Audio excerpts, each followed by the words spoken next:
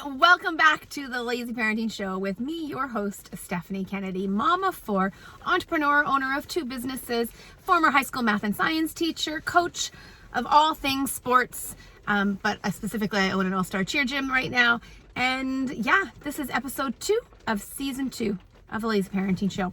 So I'm going to get started. Today in real time, we are on day 2 of election day in the US. I am Canadian, but I got to tell you that here in Canada, we definitely follow along with what's going on south of the border, because what you guys do down in the States does affect us.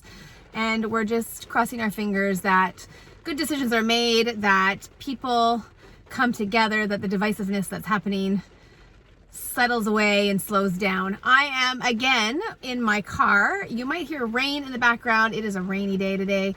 I'm hoping that it doesn't interfere with sound quality too badly.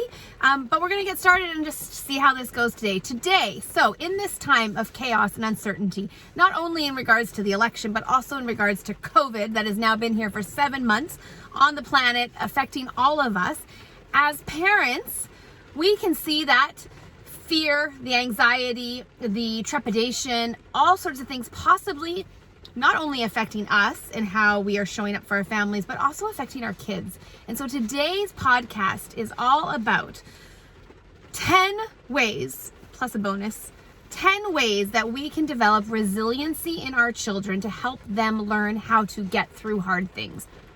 I often talk about how we as parents have to work on ourselves first. It is us who are the leader of our family. It is us who are the role models to our children. And so therefore, if we are not working on these things ourselves, within ourselves, our children are going to start to model and mirror our poor choices, our poor behaviors, and they're going to be more anxious. They're going to be more scared. They're going to be more uncertain about what's going on. And that fear and anxiety is going to overwhelm them. So as parents, we have to take these things under control, make sure that we are healthy mentally and physically so that we can attack these things with our kids. So here we go. We are going to go through 10 things that we can all do. Now, remember, we can only control the lens through which we are viewing these different things. We can control our reaction to them. That's a fact. We can control our feelings and what we do with the things that the world is throwing at us.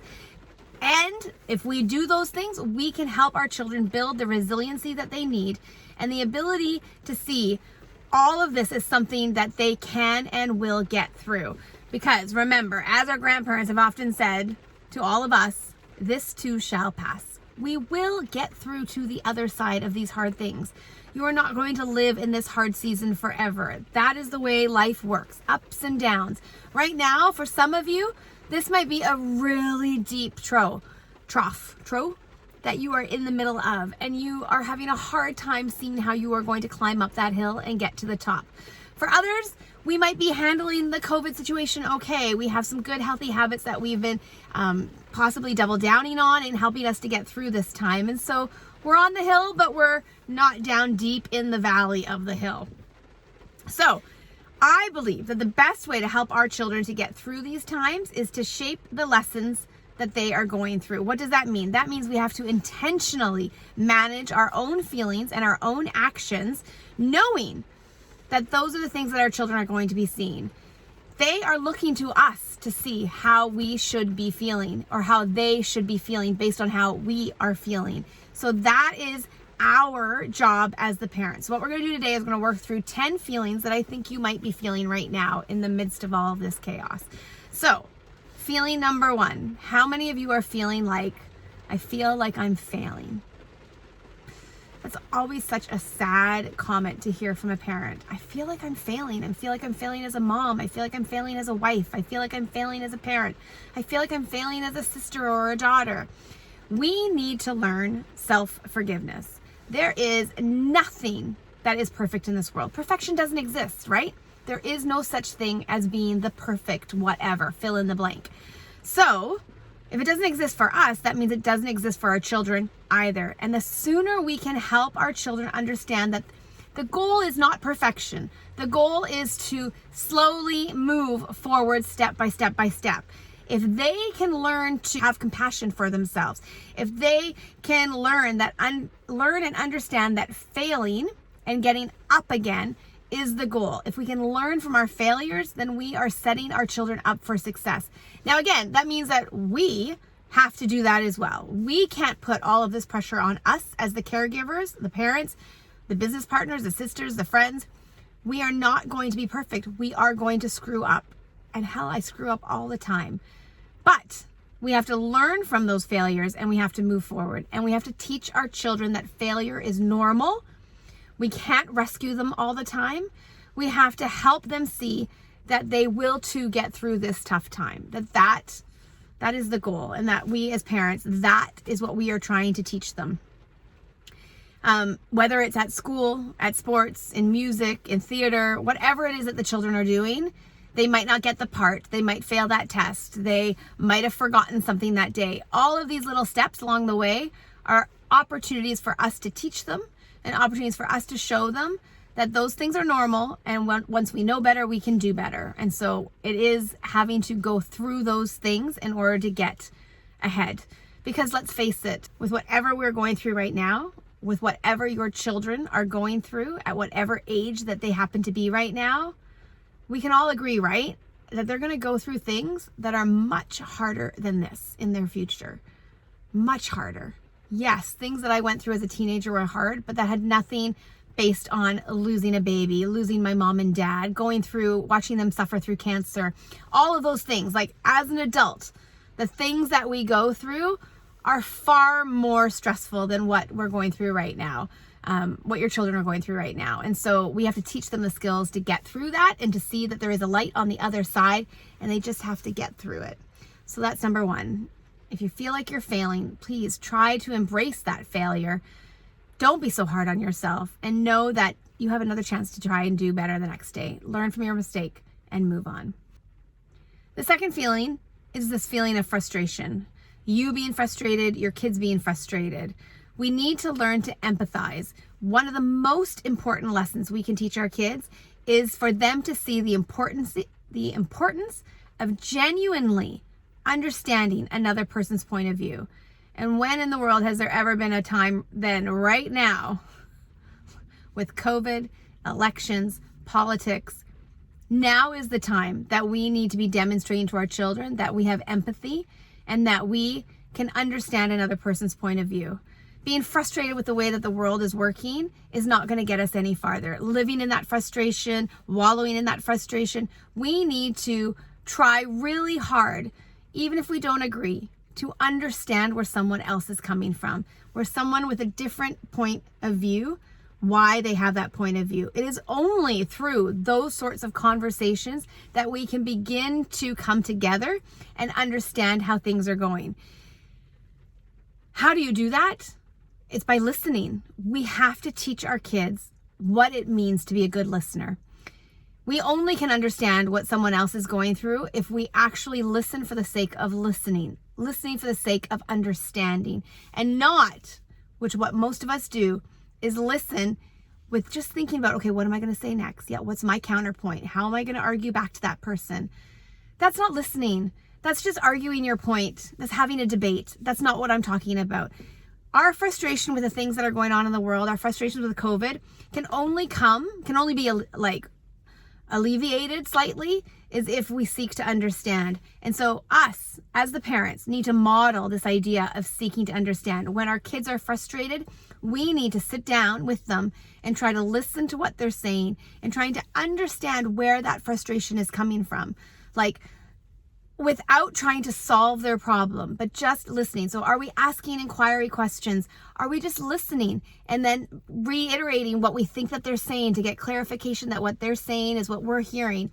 That is a key. And I'll be honest, this is something that I have struggled with my whole life, is listening for seeking to understand. I'm the third born in a family. I have 2 older brothers. Let me just tell you, I had to constantly fight to get my voice heard in my family. As a young woman, I had to constantly fight to get my voice and my opinions heard. And so that might have made me less open to listening what other people had to say, because I felt like nobody was listening to me. And so I was constantly trying to get my voice heard. As I've gotten older, and as I've had children, and as I've had jobs, and as I've owned businesses, and I've had to manage staff, really a key skill that I want my children to learn at a much younger age than I learned is how to be a good listener. And I call my kids on this all the time. My youngest will often start talking to me, and she'll ask me a question, and I'll answer the question, and then she'll go off right away again and start talking about herself. And I'm like, well, you just asked me a question, but you didn't really listen to what I had to say. Or if I gave a little piece of information like that you probably should have asked more about or empathized with, you didn't do that. So are we using opportunities in our everyday conversation to help teach our children how to empathize? The other one that I talked about, I think last week, was like when you're driving and somebody cuts you off, are you immediately frustrated and yelling at that person? Or are you demonstrating to your children what empathy is and saying something like, oh my gosh, that person must have had a really hard day? That's empathy, right? That's understanding, seeking to understand where the other person's coming from. That's the skill that I want my kids to have as they move on through their life and into the world. So we really, really need to try to ask questions of our children when we're listening to them. We need to seek to understand, but then we also need to call them out if they're not doing it back. We need to use times in our conversation, times in our day with them, to really teach them what that means. And let me tell you, there are how many times in a day that you get frustrated with things that are going on around you or with other people around you? There are lots of learning opportunities for us to practice empathy. And in the world right now, with everything from COVID to the election and politics and masks and vaccines and all of that, there's never a better time than to engage in a conversation right now, trying to show your children that you are open to listening and trying to understand someone else's point of view. Number 3, I don't know how to handle how I feel. What does that mean? Do you not know how to handle how you feel? That's an important piece. If you are struggling to come up with understanding what all of these emotions are in your body, then that's something that we as the adults have to work on. We need to be able to name our emotions. We need to be able to understand where those emotions are coming from. We need to understand how to sit in those emotions. And then we have to understand how to release those emotions. And that's the lesson that we have to teach our children as well. We have to teach our children how to name their emotions, how to name the things that are going on inside of them, because only once they can name their emotions will they then be able to go on and communicate with the partners in their lives, their friends in their lives, their boss, their fellow employees, staff. They need to be able to communicate their feelings so that they can advocate for what they need. We need to know our feelings so that we can advocate for what we need in our relationships. So not knowing how to handle how we feel starts with naming our emotions and then sitting in those emotions and trying to understand where those emotions are coming from. And then eventually, the most important part is releasing those emotions and moving on, because you can't wallow and sit in the despair and the sorrow and the anger, all of that for too long. We need to find ways to get out of it. And that's what we need to do with our children. We need to teach them how to do those things as well. Number 4, I don't know how to respond. Like when they're asking you questions and your kids are confused or upset about what's going on in the world and they're getting anxious and you not knowing how to respond. That's totally okay. You are not expected to have all of the answers.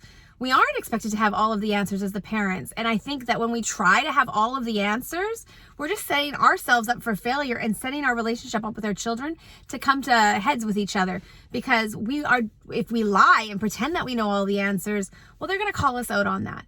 So I often say, well, I'm not sure. I don't know. That's okay. We're just going to try to figure out how to get through these emotions that we're having, or the anger that we're sitting in, or the frustration that we're sitting in, or the emotions that the kids are having. Not knowing how to respond is okay. We just have to try to bring a sense of calmness into our lives. And really, when we don't know how to respond, and I say that we don't know how to do something, it doesn't mean that we're playing victim though. So that's not part of it. I'm not saying you get to play victim and wallow in that pity and anxiety and frustration or sadness. We have to show our children that we're honest and clear about what we understand and what we don't understand, and that it's okay for them to have questions and not really know the answers either, because it's only when we do that we're going to be able to move forward and release those emotions. So our children don't want us to lie to them. They want the truth. And then how we present that truth to them is what is most important. There is a sense of calmness that comes over sometimes when you don't know the answer and you're not trying to find the answer or trying to lie about the answer. Okay, feeling number 5. My mind feels out of control. So our mental health, like if we're feeling like our mind is out of control and we just don't know what to do, we have to remember that our mental health is linked to our physical health. And so if we as parents aren't working hard every single day to keep our physical health at the top of our priority list, well, then we're doing a disservice to our kids. Physical movement is directly linked to our mental health. We know that if we sit on the couch all day watching TV or sit on our computer all day or on our phone all day, that we don't feel great. I mean, yesterday watching the election, like I had a headache. I had been sitting, I'd been on my computer all day working. I felt gross. And so modeling to the children and saying things like, oh my gosh, I've been sitting all day. I do not feel well. I'm going to go for a walk. So my husband and I, we went for our evening walk right in the middle of all of that, just to clear our heads and to feel better. When we model that to our children, you will find your children will start to understand that physical activity actually helps them. My daughter hates being home for very long by herself. She will say, I need to go for a walk. Who wants to go for a walk with me? And we will move forward and have a walk together.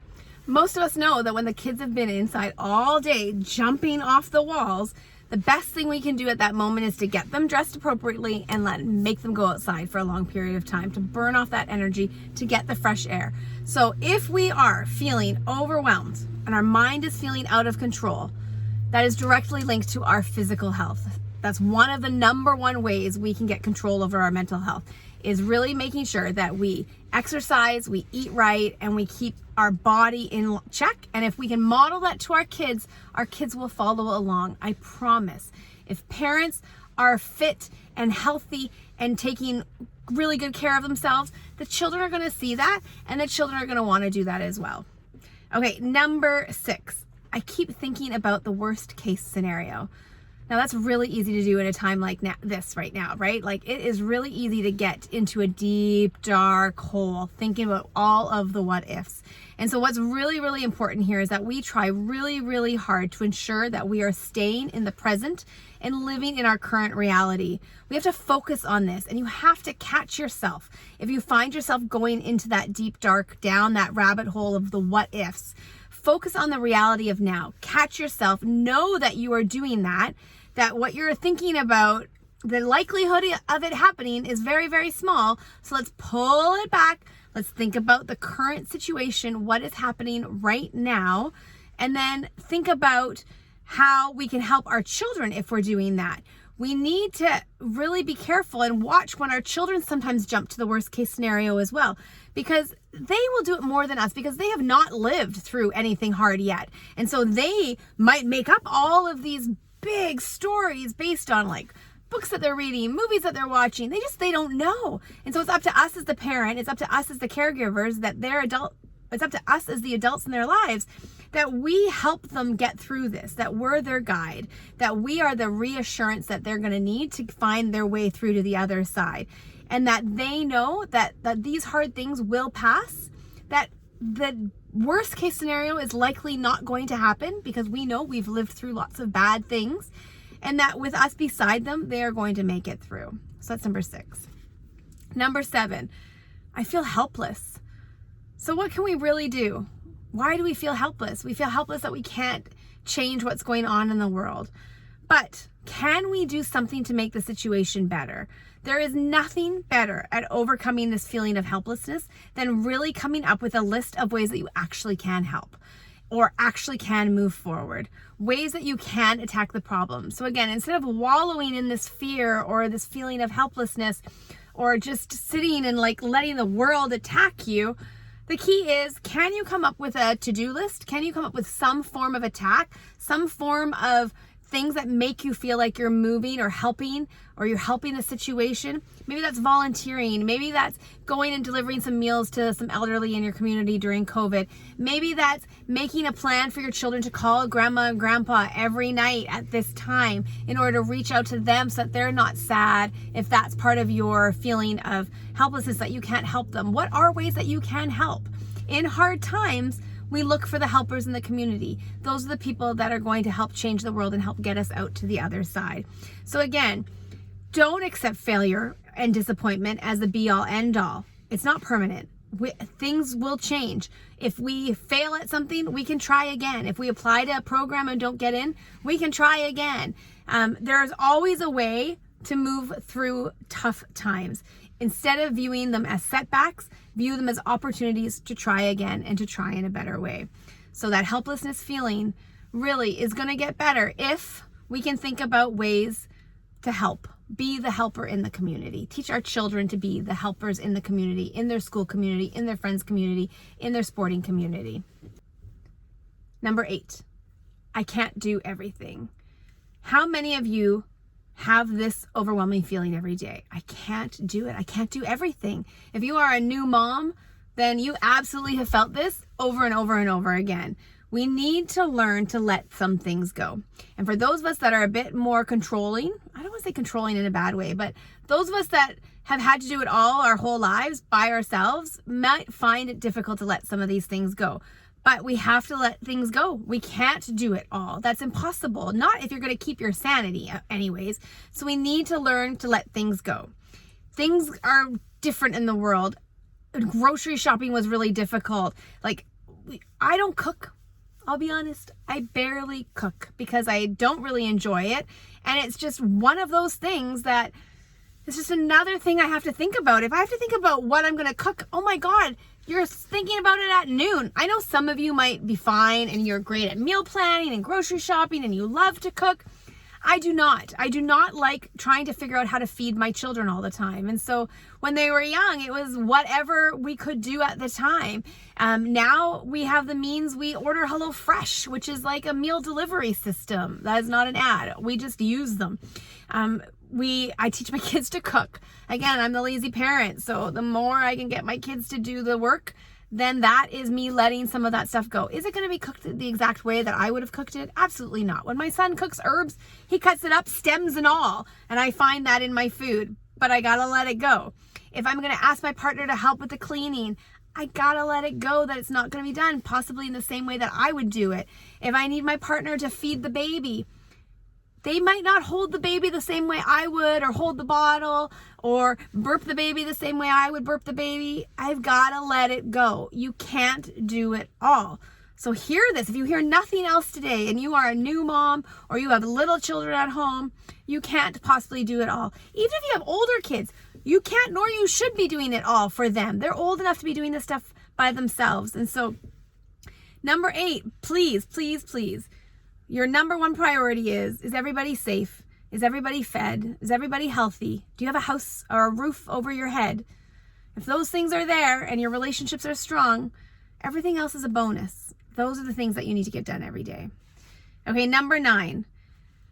I had so many plans and they're not working out. Who else has had that feeling? Like you had plans for things to happen, whether it's in business or in your family or vacations or things you're going to do in the house. Jobs that you thought you would have, and now you don't have a job, and that has now affected everything in your family. Things are not the same, but when is life ever going to be the same? Life will continually throw us curveballs for our whole rest of our lives. Just when you think things are good, someone in your family is going to get cancer. Just when you think things are okay, someone's going to lose their job. Just when you think things are okay, your child is going to get hurt. Things happen. That is the reality of life. And so we need to embrace the change and not embrace, obviously, illness and sickness. That's terrible. Those are horrible, horrible things to happen. But the idea is we know we're going to get through it. We know we're going to make it to the other side, that life is going to go on. As dark and dreary as that sounds, life does go on regardless of what happens. The world keeps spinning. The world keeps going. And so What we can do, though, is we can learn to adapt. And when we learn to adapt, we teach our children how to adapt. When we teach our children about the resiliency it takes to get through life and to understand that this challenge right now, yes, is a challenge and sucks to the biggest, but we're going to get through it. And how are we going to get through it to the other side? Are we going to come out stronger? Are we going to come out better? Are we going to have stronger relationships with each other? How are we going to get to the other side? Because remember, what we thought was going to happen is not going to happen. And so we have to understand and embrace that that journey to that end destination is going to look very different, but we can still get to that end destination most of the time. It's just, we need to change our path on how we're getting there. And you know what? Sometimes that destination changes once you're on the path and you work your way there. And that's okay too. You're allowed to change the destination. Things will always change. Adaptability is one of the number one skills that I would want my children all to have. To just know to go with the punches and roll with it, because life is going to always change on you.